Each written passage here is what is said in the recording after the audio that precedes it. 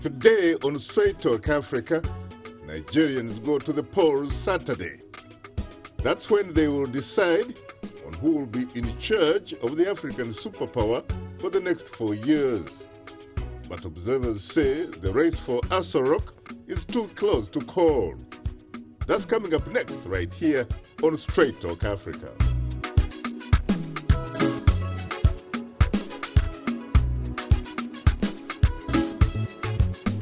Hello, welcome to Straight Talk Africa. It's Wednesday, March 25th. I am Shaka Ssali, coming to you live from the Voice of America studios here in Washington.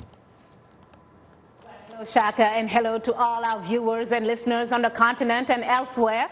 I'm Mariama Diallo, your social media reporter. Today, we'll begin the series of programs as part of Voice of America's Nigeria Decides 2015 for Africa's most populous nation and largest economy. This will include a special edition of Straight Talk Africa on Election Day Saturday, March 28th at 1800 UTC. Well, we have so much to talk about, a lot to cover today and on Saturday. Coming up later in our STA inbox, we'll share your thoughts on this long-awaited election in Nigeria. Hope you'll stay with us. But first, incumbent President Goodluck Johnathan and his main challenger, former military ruler Major General Muhammadu Buhari, retired but certainly not tired, face each other in a close race set against a background of mass unemployment and security fears. My colleague Vincent Macaulay has more on the story. President Goodluck Johnathan has promised to do more to fight graft and insecurity as he seeks to be re-elected for the second term. President Johnathan has reached out to the youth who comprise the biggest voting bloc in Nigeria. A former zoology teacher who was born to a family of canoe makers, Mr. Johnathan grew up in a poverty-ravaged rural village in the Niger Delta long before becoming the president of Africa's most populous nation. His grass-to-grace rise has always endeared him to the youth. Ever since President Goodluck came on board, we have noticed changes in Nigeria. And we believe that a second tenure for Mr. President is a second tenure of change for Nigeria. And that's where we are all here. So he's a father of the youth, actually. And he has been a friend to the youth. That's why we are supporting him. Johnathan's time as vice president was credited with successful negotiations with the militants in the Niger Delta. But as president, he has had no such luck in the north, where an insurgency by militant Islamist group Boko Haram has gained momentum under his rule. It has led to his critics accusing him of being ineffectual, a charge he denies. A lot of us believe that the president has squandered the opportunities that he was given in the past 4 years. No other individual in the history of this country has had the opportunity of such meteoric rise to be able to get to this level that God has elevated him. And it is our belief that he squandered that opportunity. Buhari, who was seen as tough on security and graft, has campaigned on a reputation of toughness gained when he was military ruler of Nigeria in the 1980s. We want a change, and that change is in APC via Buhari and Osinbajo. The nation has been deformed. What they call transformation agenda, we only see it on paper. We want a change for our today and for the tomorrow of our children. Buhari's message is simple. Nigeria's two biggest ills are corruption and insecurity. He cracked down on both in 1983, and he can do it again. Others, however, remember less celebrated bits of his past, like crackdowns on press freedom and detaining political opponents without charge. Someone like Buhari, there's no middle ground. You either like him or you hate him. I mean, those who like him, they absolutely love him in the north, especially he has a lot of big following in the north. It's now how whether he has nationwide appeal, and that's part of why they came together with APC, to form APC, to try and give a nationwide appeal to combine his votes in the north with more votes in the south. Johnathan is backed by People's Democratic Party, whose candidate has won every presidential race since the end of military rule 16 years ago. Opposition parties are confident they may be able to force a runoff. At the end, though, it is the voters who will decide come Saturday, March the 28th. That was my colleague Vincent Macaulay reporting. Now, joining us here in our Washington studios are three distinguished guests. Emmanuel Nwude, Chairperson and President of Maryland, Virginia, and Washington, D.C. Committee of the Goodluck Johnathan Global Campaign Team for 2015. Ogbeni Lanre Banjo, former National Conscious Party gubernatorial candidate for the Nigerian southwestern state Ogun. He supports opposition presidential candidate Major General Buhari of the All Progressive Congress Party, or APC. And last but not least, Akuetteh, an independent Africa policy analyst based here in Washington, D.C., who is currently working with the African Immigrants Caucus. He was formerly the executive director of Africa Action and former director of George Soros Open Society Institute based in Nigeria. Well, gentlemen, I have to say frankly that I am profoundly honored and exceedingly humbled to have the opportunity to host the three of you on Straight Talk Africa. Thank you. Thank you. Thank you very much. You're most welcome. Later in the program, we'll give you, the audience, a chance to call and talk with our guests. The number to call is 202-619-3111. US country code is 1. But before we begin today's discussion, I am joined by my colleague Peter Clottey, host of Voice of America's Nightline Africa and reporter for Daybreak Africa, who is on assignment in Nigeria covering the historic election. He joins us via telephone link-up from the commercial capital, Lagos. Good evening, Peter. Good evening, Shaka. Where specifically are you in Lagos? Lagos happens to be a huge place. Are you somewhere like in some of those beautiful places like Ikoyi? Where are you? Yes, I am just outside Ikoyi. They call it Victoria Islands, where you have the plush hotels and all that. But I am also at the colloquium of the godfather of the ACC. He's talking about Asiwaju Bola Tinubu, who is having his lecture here. And with me here, I have General retired Muhammad Buhari, Banjo, his deputy, the chairman of the APC, the spokesman of the APC, Governor Amachi of Rivers State, who is the campaign chairman of the APC. So all the big stalwarts of APC are currently here in Lagos, Virginia Island to be, Victoria Island to be specific, Shaka. So what is the mood like, given that from what we know, that happens to be a bastion of opposition in Nigeria? It is a festive mood here. They have vowed to win Saturday's presidential election. And one of the campaign messages is that they are confident and that they will not engage in any act of violence. They promise Nigerians, especially the youth who are going to school, of one free meal a day. That is one of the agenda. And they said they are going to build 4 million new homes by 2019. That destitute Nigerians will be able to be given loans to be able to purchase them. And they are going to wipe out corruption, which is the mantra, of course, of General Buhari.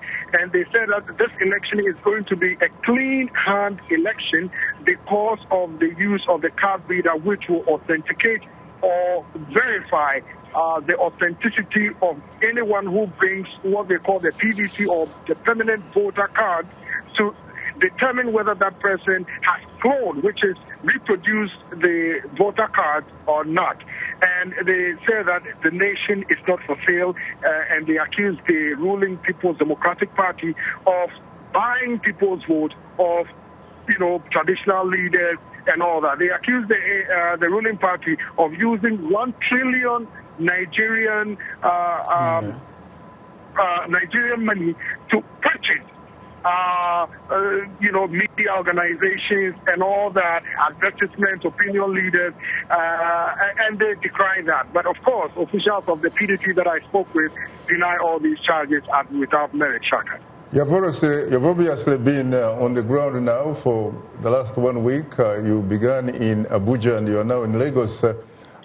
When you talk to people, have you been able, for example, to verify that this election, in fact, is election about the message, about issues, rather than the messenger, rather than personalities? Well, Shaka, I can tell you that the people that I have spoken with are hammering on issues because they think that the ruling party hasn't done enough.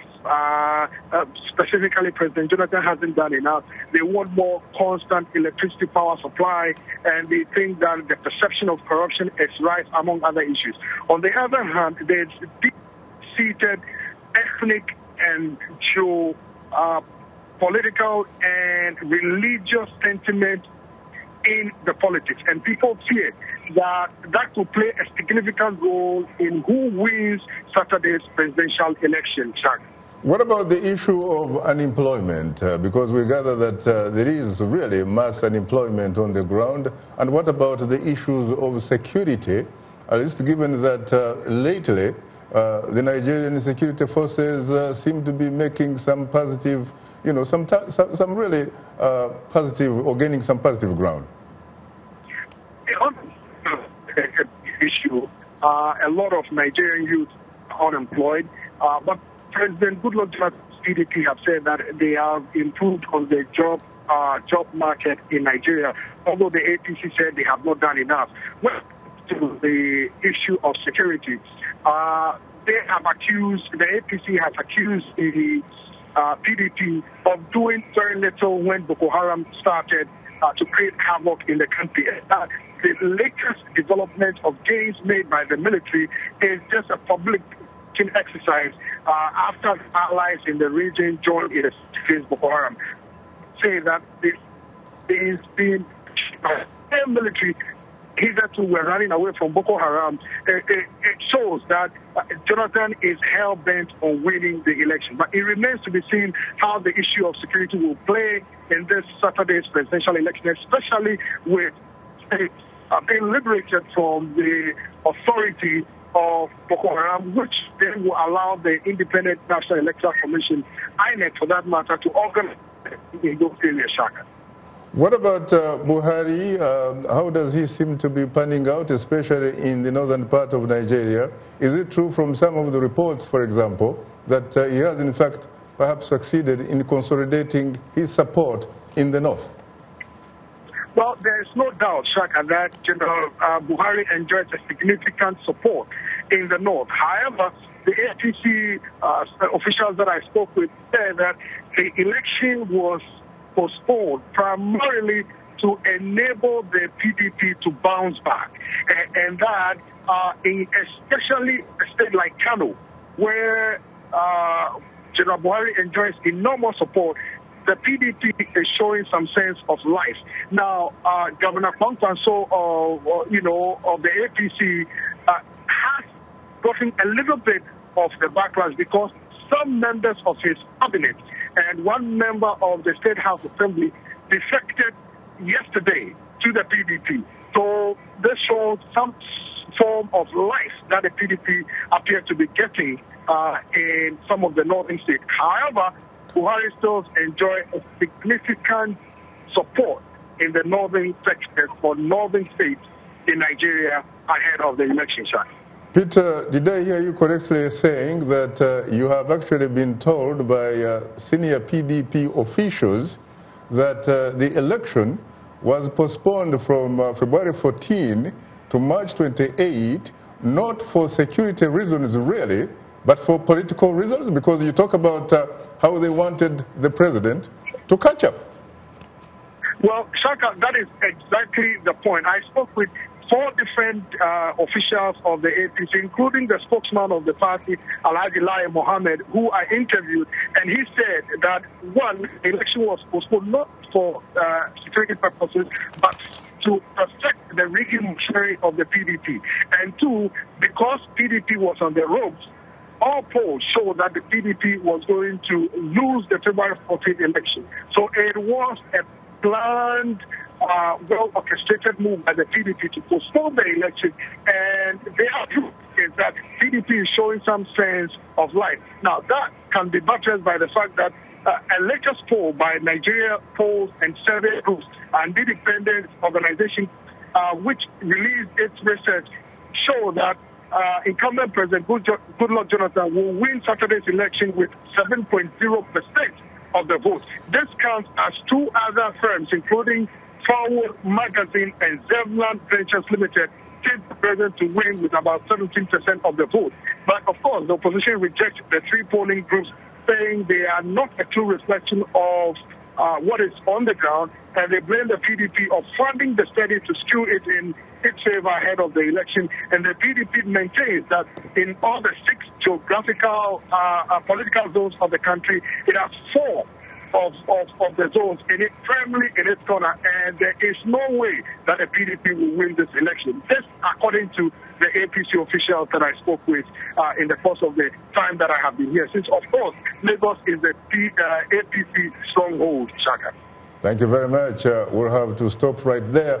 I'd like to thank my colleague, Voice of America's Peter Clottey, who is on assignment in Nigeria. He joined us via telephone link-up from Lagos. Now we'll pause for a short break, and would like to remind you that Straight Talk Africa is now on the social networking website Twitter, and we are tweeting live. Follow us at VOA Shaka. That's VOA Shaka, and join in on today's discussion with your questions and comments. Don't forget to use the hashtag VOA Nigeria Decides 2015. And we are still on Facebook. Just enter the keyword Straight Talk Africa, become a fan, and connect with other friends of the Voice of America. We'll be right back with you, so please don't go away. President Goodluck Johnathan was born on November 20th, 1957, in Nigeria's Bayelsa State. President Johnathan and his wife, Patience, have 2 children and several foster children. He holds a master's in hydrobiology and a doctorate in zoology. Johnathan joined politics in 1998, and a year later he was sworn in as deputy governor of Bayelsa State. He became vice president on May 2007, a position he occupied for 3 years before becoming president. In January 2012, President Johnathan announced the start of a controversial plan to end fuel subsidies. 2 years later, he signed into law the Same-Sex Marriage Prohibition Act. He is Nigeria's first president from the southern Niger Delta oil region. A historic presidential campaign in Nigeria winds down, and Voice of America is there. Join host Shaka Ssali and VOA's Straight Talk Africa this Saturday for special day of coverage of Nigeria's historic elections. You'll get on-the-ground reports from VOA journalists in Nigeria, in-depth discussion and expert analysis of the most important election issues. Straight Talk Africa's special Nigeria Decides election coverage, a commitment to Africa from Voice of America. This is Straight Talk Africa on the Voice of America. What is your opinion about today's topic? Call us at 202-619-3111. U.S. country code 1. When you call, remember the following. Ask only one question, keep your comment brief, and turn down the volume on your radio or television. Now let's return to Straight Talk Africa. Thank you very much, Esther Gidu, and welcome back. Today is the first of 3 programs dedicated solely to in-depth coverage of the historic Nigerian presidential election as part of Voice of America's Nigeria Decides 2015. Our distinguished guests are Emmanuel Nwude, Chairperson and President of Maryland, Virginia, and Washington, D.C. Committee of the Goodluck Johnathan Global Campaign Team for 2015, Ogbeni Lanre Banjo, former National Conscious Party gubernatorial candidate for the Nigerian southwestern state, Ogun. He supports opposition presidential candidate Major General Buhari of the All Progressive Congress Party, or APC. And last but not least, Akuetteh, an independent Africa policy analyst based here in Washington, D.C., who is currently working with the African Immigrants Caucus. He was formerly the executive director of Africa Action and former director of George Soros' Open Society Institute based in Nigeria. Well, gentlemen, once again, of course, you're most welcome to Straight Talk Africa. Thanks for having us. Well, it's a pleasure. Let me come to you immediately, Emmanuel, and for you in particular, I have to say frankly that it's a pleasure to host you for the first time on this program. Thank you for having me. You're most welcome, sir. Now, Emmanuel, you just heard, of course, that apparently the election, at least according to senior PDP officials, your friends, that this election, in fact, was apparently postponed, not because of security reasons, really, but because of political reasons. Do you agree with that? I do not. And it's good they brought up that argument because democracy, fairness, and respect for human dignity is what is in question here. Remember, over 30 million people did not have the PVC card. Mm-hmm. And the permanent voter yes. card. Yes. Those that don't have that card to vote, they are all from Northern region, mm-hmm. which is controlled, or you can say they are favorite of the APC. Now, the question is, if the election was done at that time, those people will be disfranchised. And if we can remember, because I was one of those who Nigerian Biafra War, that tested that Nigerian Biafra War. Mm-hmm. And Nigerian Biafra War was partly as a result of not respecting human rights. These 30 million people, 3 states, what do you think if they don't vote and they don't win? Mm-hmm. Don't you think that they will come back and say, who are you ruling? Really? Because that segment may create another problem in the future. I see. Well, Lanre, how do you respond to that? Because this seems obviously to be contrary to what the chairman of INEC himself, Professor Jega, in fact, had said. Because the last time I checked, he seemed to have said that in as far as he was concerned, he was ready to go. Thank you, Shaka. The reasons being provided by the presidency is extremely important. One, we have 772 local governments in Nigeria, and only 4 local governments are affected by the Boko Haram issues. If they wanted to go, they should have gone ahead with that election. However, they cannot keep their lives straight. President Goodluck Johnathan made several ads on TV. Every ad he made on TV and in newspapers, it will say, vote for Johnathan, no date, before the postponement. Mm-hmm. Okay, and we all saw this. And there have been a rumor that they will postpone the election before that. Now, when the Federal Executive Council met, and Jega made it clear that PVC is ready for elections, now they hide under security. Now they are saying it's no longer security because those 4 local governments now, they are saying there may not be elections there. However, one of the important excuses they give is that PVCs are not ready, just like my brother said.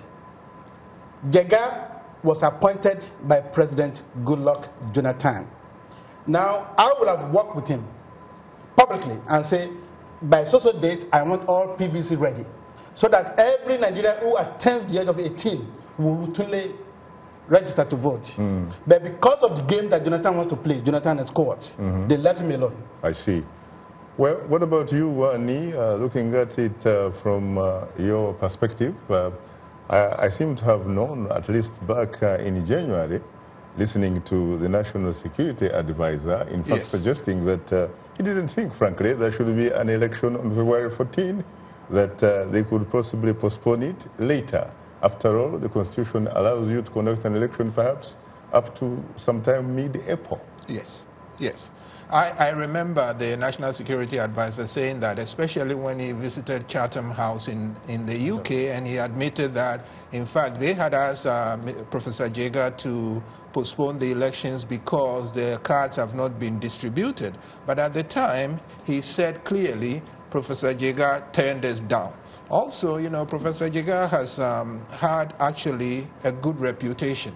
I know people in this town, in Congress, in the Senate, who have said that he has done such a good job that they use him as an example. And when the National Security Advisor said, well, we asked him to postpone, and he said no, because the time left, he could distribute the cards. I thought, well, he was showing a lot of backbone. So I give him credit for standing up. Now, when he came back and said now he needed to postpone, I said, well, if he refused the first time and he's agreeing this time, you have to give him some credit. Now, I'm also looking at what happened in the interim, where the Nigerian military has announced that they've made a number of progress and pushed Boko Haram out of a number of areas. So based on all that, and given that the postponement fell in the window of time allowed by the Constitution, now frankly, I'm non-partisan. I'm watching how the U.S. and other African countries deal with Nigeria, and we want clean and peaceful elections. But my personal opinion is that if the postponement allowed the security situation to be firmed up for more debates and for the cards to get to everybody, then perhaps some good came out of it. Now, talking about the impeccable credentials of Professor Jega, in as far as some people in this town or in this capital are concerned, and of course this is a capital where some of the decisions that control or affect the rest of the world are made. It is very interesting because it reminds me of another example of a chairman of an electoral commission of Kenya. Right. Back in 2007, a Mr. Samuel Kivuitu. Yes. Unfortunately, you know, he has since passed away. And you know what happened in 2007? Yes. Yes. Well, that is true. You know, I mean, the work that I do, that I have done for decades, is precisely that those of us who live here in this country, and this being a democracy, we need to watch what the government does, and when we think it's stepping wrong, we call into question. So it is not to say at all that if an American official says this is being done right, we take them as his word. No. In fact, our job is to be skeptics and to say of the areas we know, Africa, we know Kenya, Nigeria, we are going to watch, and when we see you doing the wrong thing, we will call attention to it. So I take your point that just because an American official says Jega has done a good job does not mean that he actually has. But it is also true that he had enough backbone to say to the government no over the PVCs, and then he said yes when it came to security. So I'm sort of neutral on that, but I am saying that the postponement seems to have brought some good things happening, and it was in the window allowed by the Constitution. But to what extent, frankly, can one individual, a Professor Jega, really affect an election? Shouldn't it be the institution, really? Precisely. So, of course, we use his name as a stand-in for the commission. And in the Constitution, there are powers and consultations that he has to do. And, of course, I mean, the political parties in Nigeria, the two biggest, represented my brothers here, they are very vigilant about their interests. So if they think that he's stepping wrong, they will call him out, they will challenge him. Now, of course, not every allegation leveled out is a fact. But you are right that it is an institution we are talking about. He has powers, but he also has responsibilities and constraints. Very interesting. Well, you're tuned into Straight Talk Africa. We'll have more of a discussion in a moment. But first, here is Mariama Jero. Take it away, Mariama. Well, thanks, Shaka. Still to come, we'll reveal some of the outstanding and fantastic feedback we've received from our audience through social media. But now, here is our letter of the week. Kelechi from Ogun in Nigeria writes, for the first time in Nigeria's history, the ruling party has very strong opposition. I see it as the beginning of a new democracy. Presently, it is very hard to conduct a free, fair, and credible election in a nation that encourages corruption. The unfairness started with the issue of consensus candidate adopted by most political parties at primaries.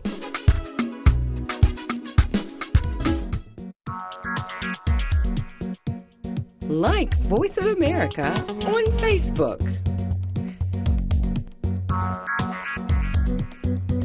Follow VOA on Twitter.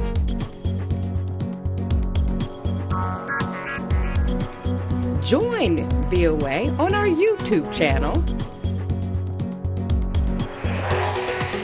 Like, follow, join VOA. This is Straight Talk Africa on the Voice of America. Call us now with your questions and comments. The number 202-619-3111. And the U.S. country code is 1. Call direct and we'll call you right back. Remember to keep your questions brief. Now back to Straight Talk Africa. Thank you very much, Esther Gidui, and welcome back to Straight Talk Africa, live from Washington. Once again, it's time to bring in my colleague and social media reporter, Mariama. Take it away again, Mariama.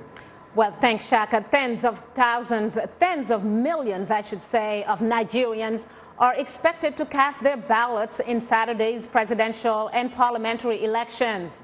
Nigeria's Independent Electoral National Commission has reassured voters that the elections will proceed as planned despite continued security concerns in the country's northeast.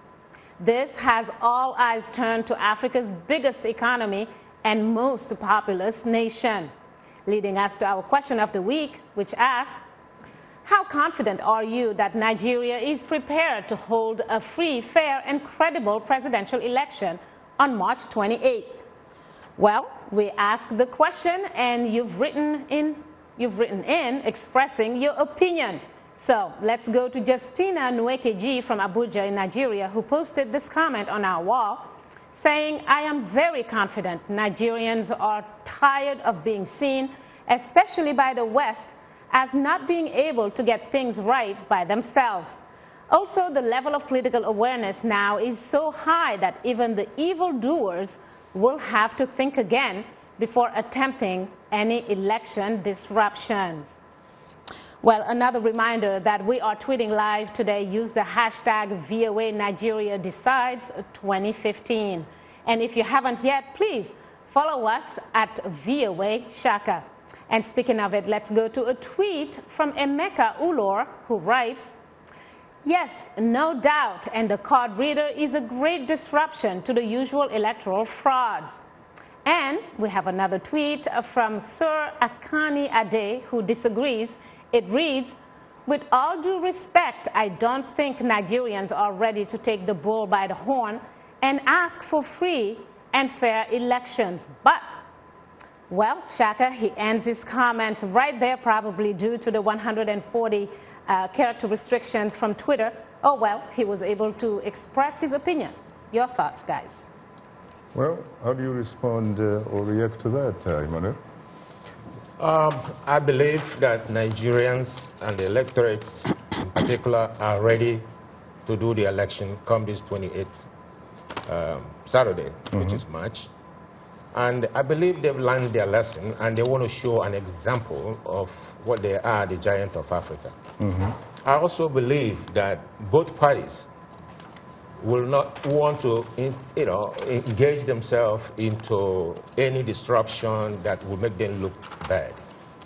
Also, I believe that the government, President Johnathan's government, will do their best working with, in collaboration with the police or the security measures to make sure that nobody disrupts this election. I see. Well, Mariama, do you have any more feedback to share with our audience, please? Well, we'll move on to a posting from Owen Gabriel Akubo from Nigeria's Ogun state, who says he aspires to run for Nigeria's House of Assembly in 2019. Well, Gabriel, certainly wishing you good luck. And he writes, yes, absolutely, Nigeria is fully prepared to conduct the election due to the improved security in northern Nigeria.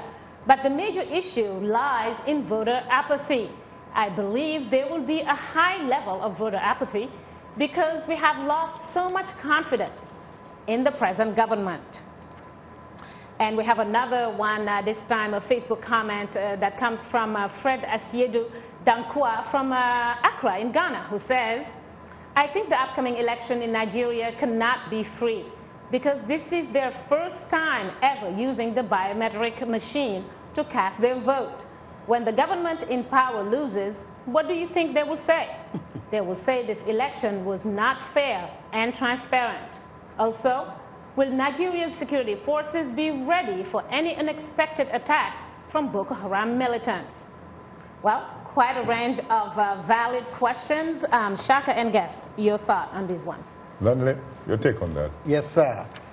Nigerians are ready to move from Buhari, Sebaba, and to move him from that to get him to be the president of Nigeria, because we have Johnathan, who breathes and waters corruption, is incompetent, is insensitive, and is extremely uncaring.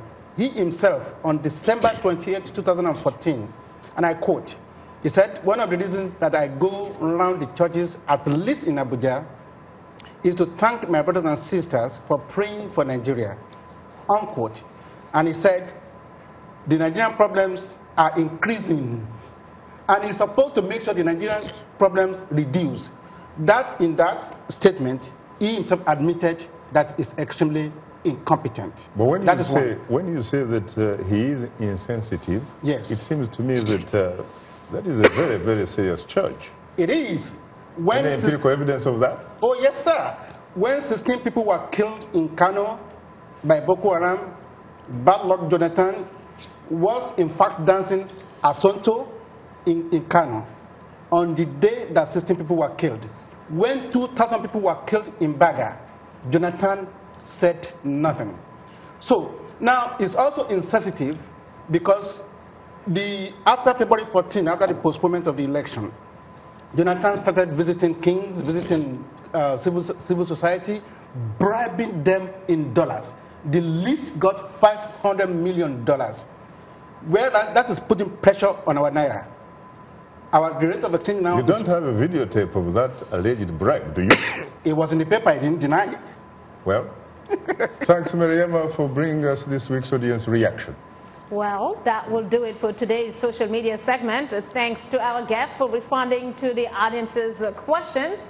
Just a reminder that we appreciate all the feedback, whether it's in social media form or using other means to get to us. Please keep them coming.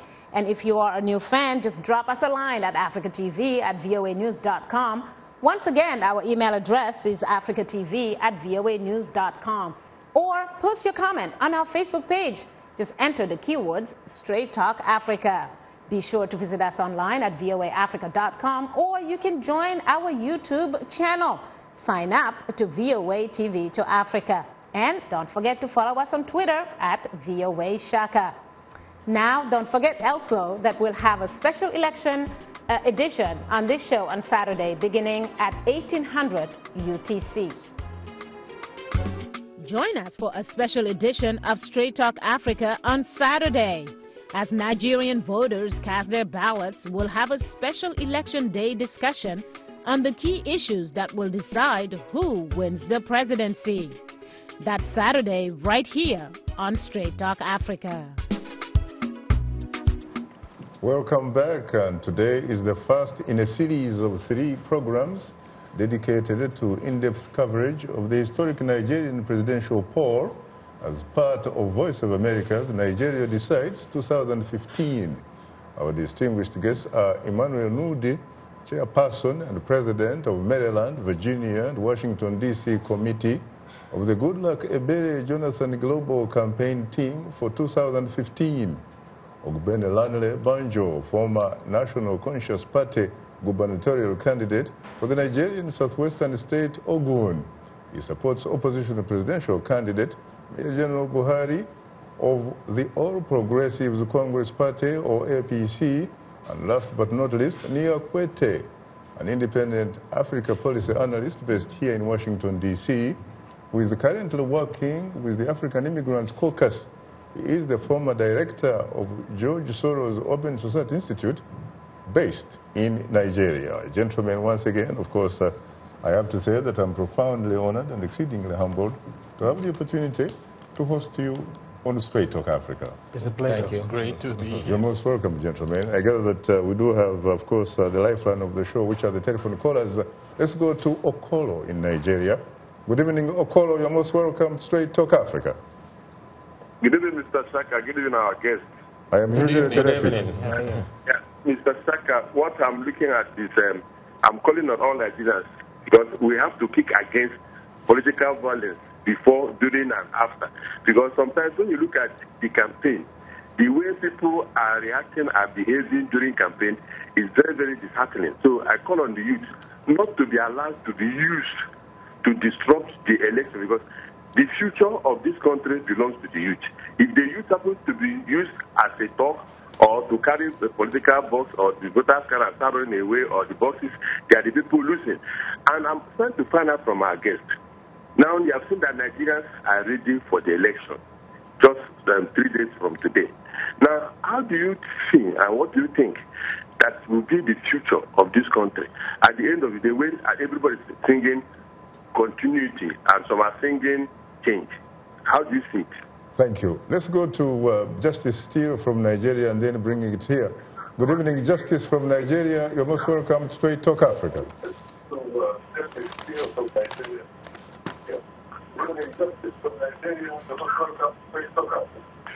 Thank you very much. I am glad to be on to Straight Talk Africa. Could you please, Justice, could you do me a favor? Do me a favor, Justice, and turn down the volume of your television set or radio because we are getting an echo on the line, please.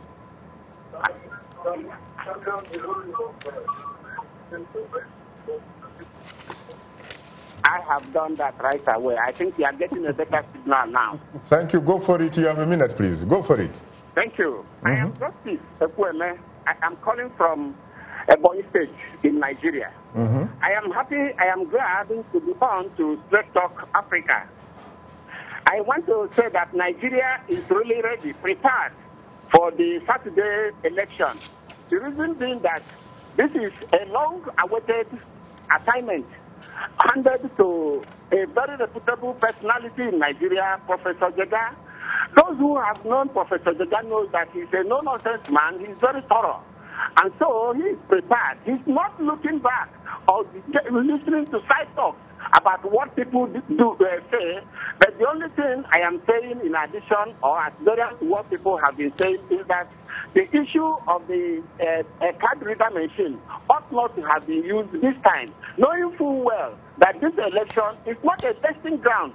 You know, the card reader should have been used to check the regularity or irregularity of civil servants in offices.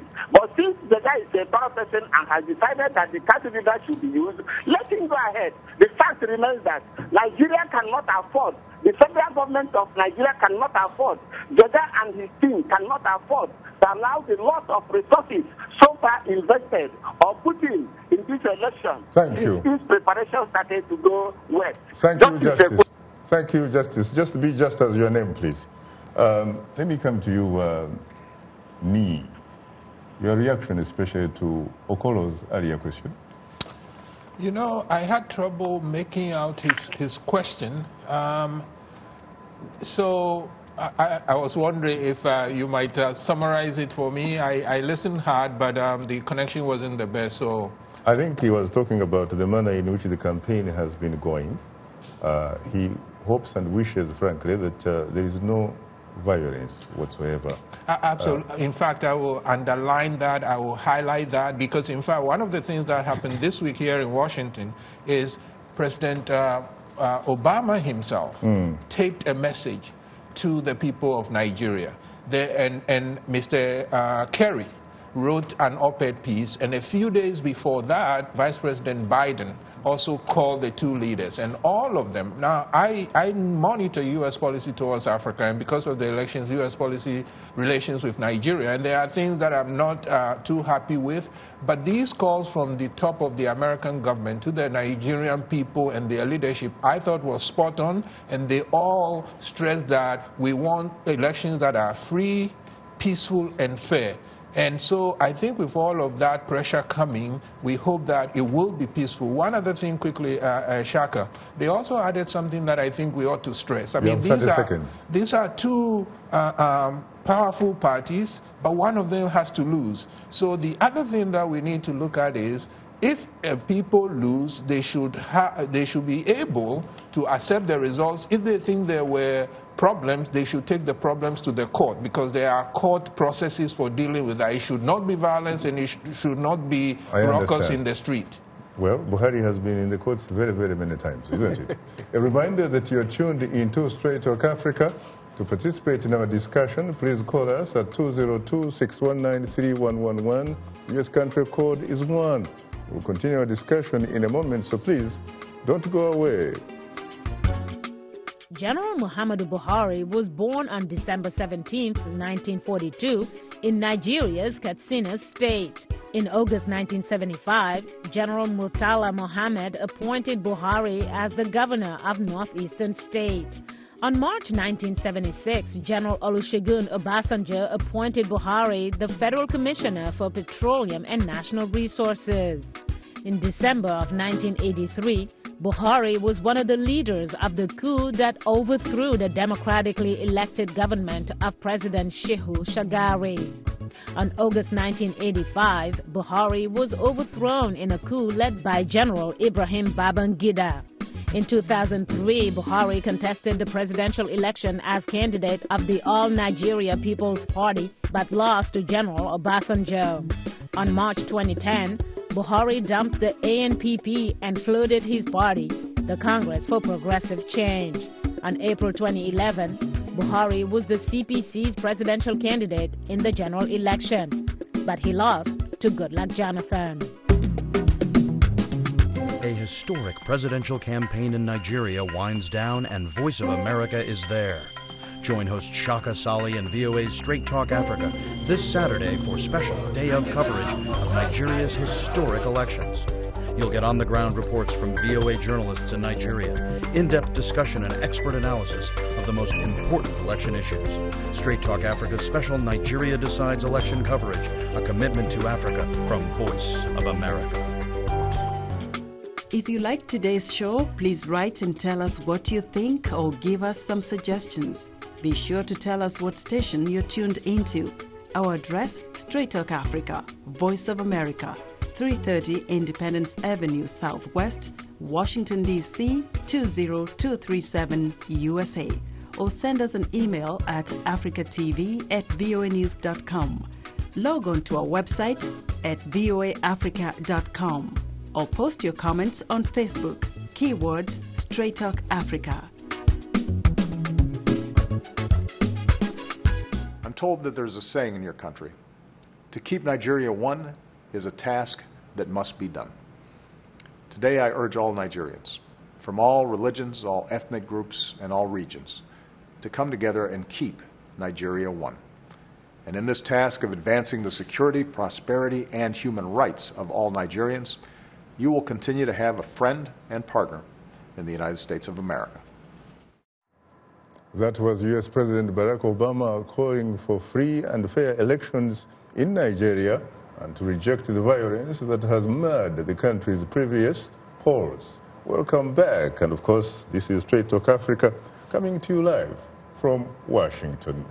Let me come to you immediately, because you did make a very important statement earlier, Emmanuel. You said that Nigeria is the giant of Africa, which is a very, very strong statement. Now the question is, to what extent, frankly, is it the giant of Africa? Because in order for it to be the giant of Africa, not just in size or in terms of numerical significance, it has to have responsibilities and obligations. The question is, does it in fact meet that statement when it comes to Africa? I am reminded here by a man called the Osajefo, Dr. Kwame Nkrumah, on March 6, 1957, when he declared the independence of Ghana. He challenged that country. Instead of whining and dining, he said, you know what? The independence of Ghana would be meaningless unless it is linked with the total liberation of Africa. He did not merely talk the talk. He actually walked the talk, so that eventually Africa walked the walk. Can Nigeria, in fact, walk the walk to justify its being a giant? Thank you very much. It's a very interesting question. And it is interesting because since President Johnathan had come to the position of the president of Nigeria, there was so much difference. There was so much improvement, economically, manufacturing, you name it. What is electricity? The electricity is, regardless of the electricity problem now, it is still better than it was 10, 20 years ago. Really? Yes. What about unemployment? Employment is better now than 10 years ago when he came in. We talk about when he is in power. What about insecurity in the northeastern part of Nigeria? Thank you. Security is an issue, just like it's an issue everywhere in the world, even in America here. But you have to realize that security came up maybe a way to get him out of power. But still, as smart as he is and was, he did not go in there to kill everybody. What about corruption? Corruption, thank you. Corruption, biometric, you have seen about biometric here. And you've seen other things. Custom, we realize more money in custom than before, 10 years before. We realize more money from biochemistry as a result of ghost pensioners and you name it. We realize 160 something billion from that. I mean, the number goes on and on. You name it, agriculture that has been the problem of Nigeria. I mean, Nigeria has been dependent on agriculture before he came in. I see. So it seems to me that Lanre Banjo, you should be one very, very proud Nigerian, really, given what you just heard from regardless of what Johnathan does, I am a very, very proud Nigerian. However, Johnathan is holding the wheel of progress in Nigeria. In what way? I'll tell you. Electricity was first generated in 1896 in Nigeria. Then we had about 30 megawatt, which translates to per capita of 1.26 kilowatt. Today we have 170 million people. We are still generating less than 4,000 megawatt. And Johnathan has spent over $20 billion on this thing with nothing to show for it. Now, Johnathan claimed that the Navy of Nigeria, which has the constitutional authority to defend the waters, the territorial waters of Nigeria, are not effective. The Navy was not effective. And he now gave the job to his people in the job, the Tompolo, the Alaji Dokobo, who are the militants. At that particular time, they said 100,000 barrels of oil were missing every day. But he restored the peace in the Niger Delta, didn't he? Today, 400,000 per day were missing. Okay, so and Johnathan himself agreed on a public television that yes, there is still free in Nigeria. There is still free in the government, but there is no corruption. What is still free? What is corruption? But in fairness to him, I think we have to give him credit for restoring a semblance of peace in the Niger Delta, correct? Well, yes. He has built some universities, correct? Correct. Yes, so he has done something. Wait a minute. We'll come back to that. Let's go to the lifeline of the show, which are the telephone callers. Good evening, Joshua from Ghana. You're most welcome to Straight Talk Africa. Good evening, Shaka. Usually terrific. How are you today? Fine. What is your question, please? Be very brief. I'm afraid the line doesn't sound good. Let's go to Nigeria. Maybe we'll come back to you, Joshua. Let's go to Eze from Nigeria. Good evening, Eze. You're most welcome to Straight Talk Africa. Eze, are you there? Hello? Yeah, good evening. Good evening, how are you? Could you please turn down the volume because we're getting an echo on the line, Eze? Hello? Hello? Good evening. Terrific. How are you? I'm fine. Eze? Yeah, I'm fine. What is your question? Huh? I'm with you. I am terrific. What is your question, Eze? Well, really, it's one question I have. I just want to contribute to what... I cannot kindly get you. Let me come. Hello? Hello? Are you hearing me now? Yeah. Could you ask the question, please? You have 30 seconds. Hello? Hello. I'm afraid we seem to be having some technical difficulties here. This, of course, perhaps in fact should be attributed to the presidency of Goodluck Ebele Johnathan. Because you can see that the lines are not doing good, is it? Well, what about you? Let's face it, you've been to Nigeria. Yes, I lived in Nigeria. How long did you live there? I lived there for 3 years. For 3 years? In whose administration did you live under? President Obasanjo. Which one now? Obasanjo has been president twice and yes, military head of state once. The civilian elected presidency. From 1999? Yes, 1999. I actually moved there in late 1999 all the way through 2002. And I keep going back. And I grew up in Ghana. You know, somebody, in fact, one of Nigeria's ambassadors here said, you know, Ghana and Nigeria, they just go back and forth between each other. I had Nigerian classmates. So, yes, I feel like for a non-Nigerian, I pay attention to Nigerian issues pretty well. Mm-hmm. So I feel pretty confident in offering some opinions. Now, does Johnathan deserve, in your view, to be re-elected, or does in fact Nigeria need change, as a lot of people are clamoring? Well, despite what I've said, I will take the fifth on that in the sense that I think Nigerian voters have to decide. Right. I mean, I have lived in the United States for a long time. Do they have an opportunity to decide? Yes, or is it going to end up like another selection, like across most countries across the continent? Which is why I think all this attention, the fact that VOA Shaka, you are doing 3 series, I think is wonderful. The attention on Nigeria is important, not just because of the size and the claim to be a giant, but because of its importance, and also it tells the Nigerians the world is watching.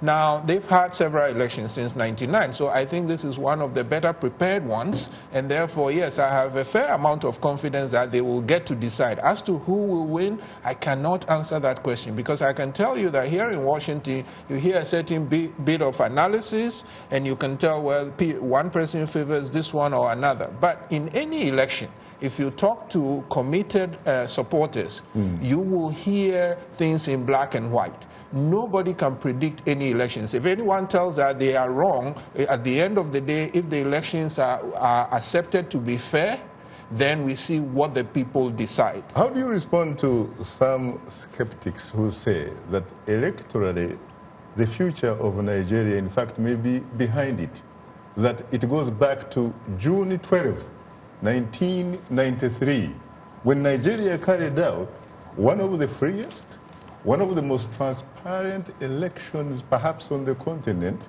and it was annulled by General Ibrahim Badamasi Babangida. Oh, I will say to those people, you know, General Buhari, when he was in London, one of the things he was asked and his response was, times have changed. And now, of course, that's a very nebulous statement. But the one thing that I'm sure has changed in Nigeria and much of Africa, West Africa, is that ordinary Africans are very tired of interventions. Unfortunately, time happens not to be our best ally. On that note, thanks to our distinguished guests, Emmanuel Nwude, Chairperson and President of Maryland, Virginia, and Washington, D.C. Committee of the Goodluck Ebele Johnathan Global Campaign Team for 2015, Ogbeni Lanre Banjo, former National Conscious Party gubernatorial candidate of Ogun State of Nigeria and supporter of opposition presidential candidate Major General Buhari. Akuetteh, an independent Africa policy analyst based here in Washington, D.C., who is currently working with the African Immigrants Caucus. Last but not least, my colleague Peter Clottey, who is on assignment in Nigeria covering the historic election. He joined us earlier in today's program via telephone link-up from Victoria, Lagos. Thanks to our affiliate stations, along with our viewers and listeners, we thank you for tuning in. For many of our Voice of America radio affiliates, Learning English is coming up next. And tomorrow morning, it's Daybreak Africa with James Bate. Again, join us Saturday, March 28th at a special time, 1800 UTC to 1900 UTC, as we bring you a special edition of Straight Talk Africa. In the meantime, get better, not bitter, and please remember to keep the African hope.